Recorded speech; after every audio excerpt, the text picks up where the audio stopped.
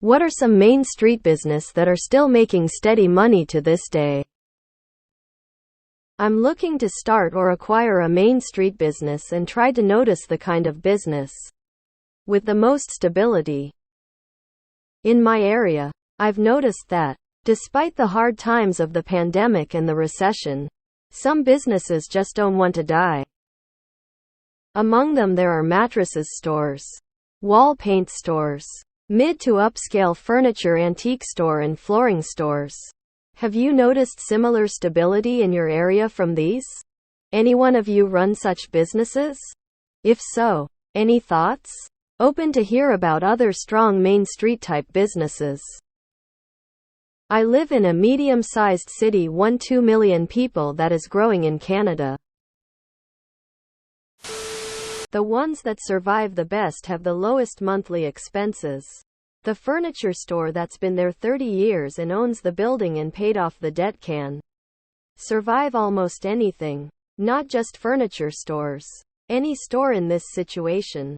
If you do the math, profit as incomes minus expenses, they can survive a downturn with less profits and not have to close their doors due to income dropping lower than expenses.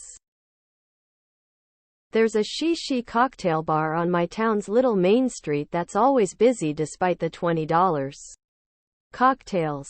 What the owner knows is how much money is lurking in the burbs here despite the blue-collar veneer. While most proprietors are opening discount liquor stores and pubs. Service companies. Electrician, plumbing, HVAC. Funeral home. Everyone's a customer. Antique store. Imagine running a retail store with 10,000 unique inventory items and no contracted suppliers. Do not do this.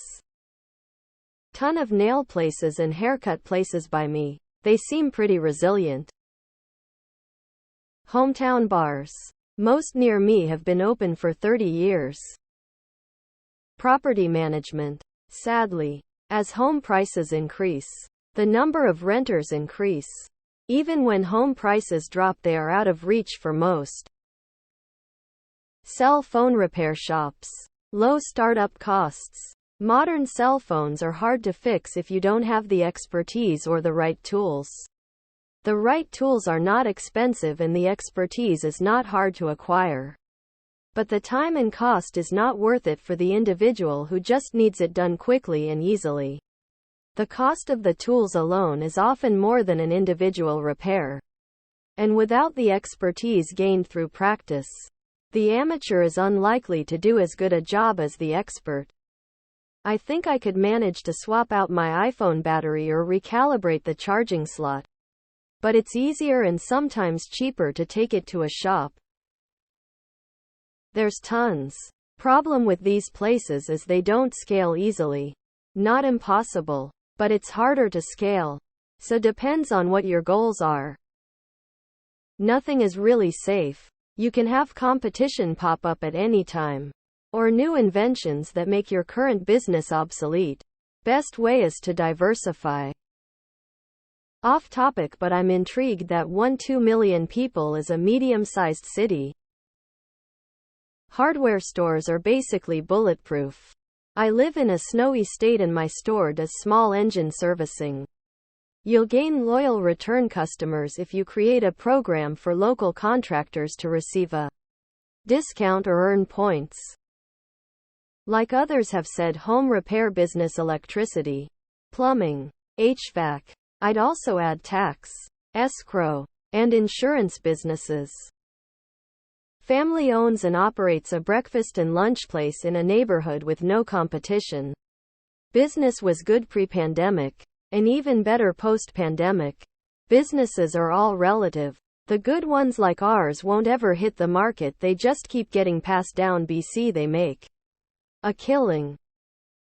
Think about your life and anything you don't want to do.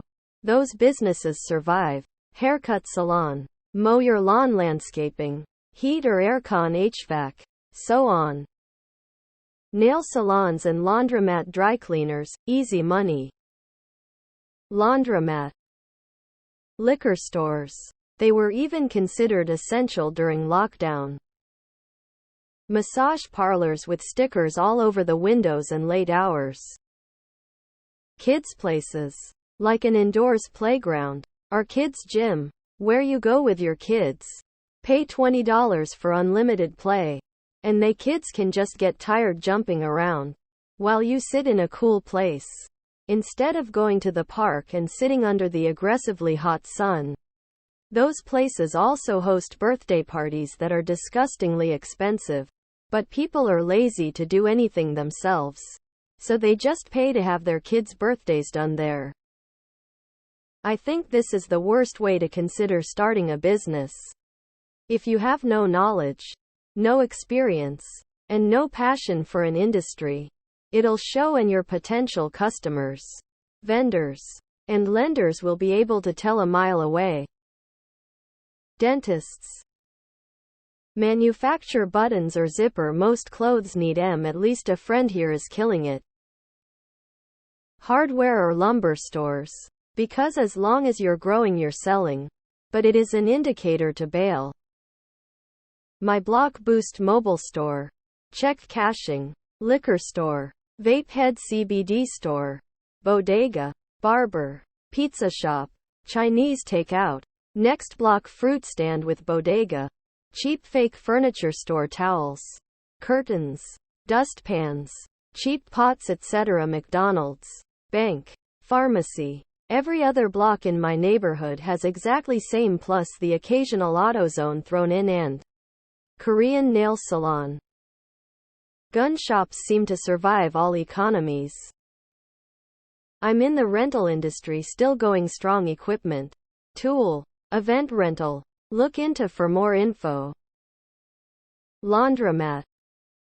I run ads for a plumber. He is killing it and growing fast, mostly due to his hard and honest work. My ads help him find new customers, but it comes down to fixing it right the first time. Insurance agencies. Residual. Steady income that grows with inflation. Private equity companies are paying ridiculous multiples right now to gobble up as many as they can. Mattress stores? You mean front businesses? Haha. Construction businesses like electrical, plumbing, HVAC, home building. The stores you mentioned I have also noticed have been operating in the same locations for the last 20 years. Yet I've never seen one customer go in them. I always assumed money laundering fronts.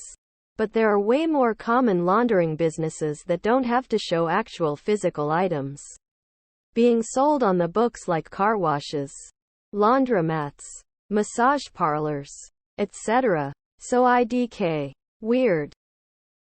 One think is if the business is alive versus thriving. If the curve is pointing downwards and have been doing so for some time, I'd consider it highly risky to buy into any of them.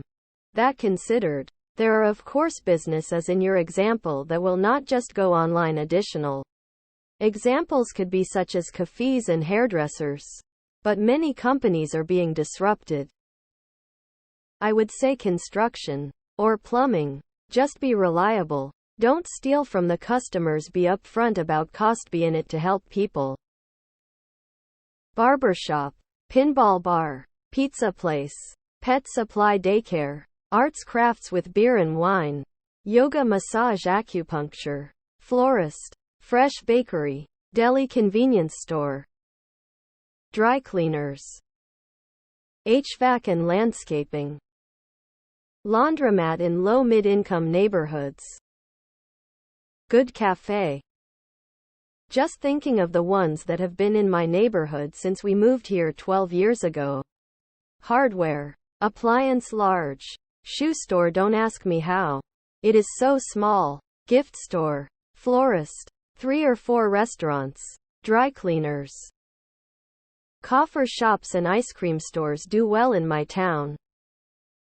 8-line machines.